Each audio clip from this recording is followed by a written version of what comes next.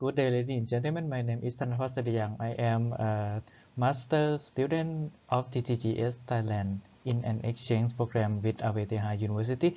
Today I will present you the publication of the title Thermomechanical Analysis of a Radial Turbine in Stationary and Transient Operation. First overview, I will introduce the background knowledge objective. Then I will show you the numerical model. Last, I will show you the result and conclusion.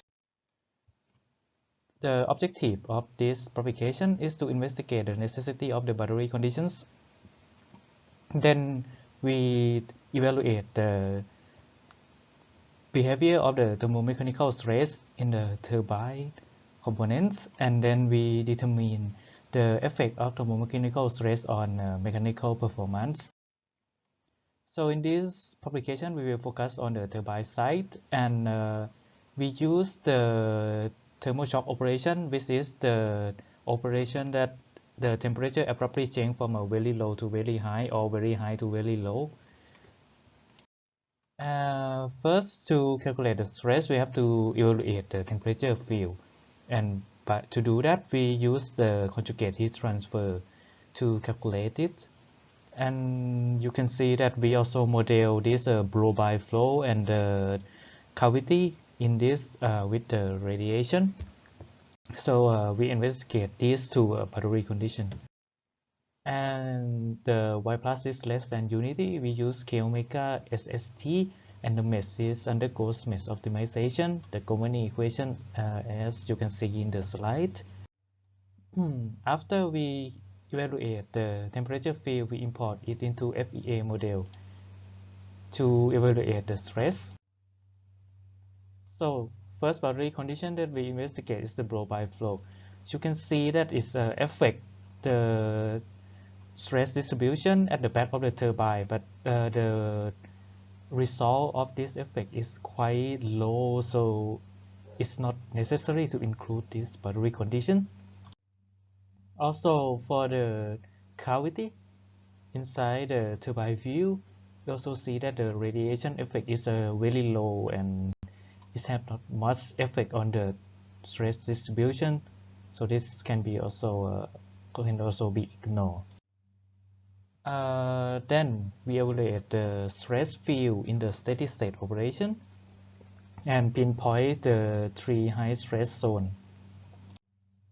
For first and second stress zone, this affect by the bottleneck effect.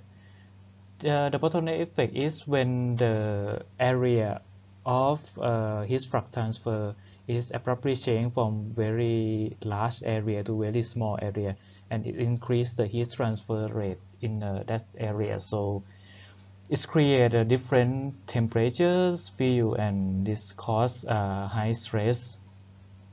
For point 3, is affected by mechanical load more than thermal load. For volutes, we also pinpoint 3 high stress zones.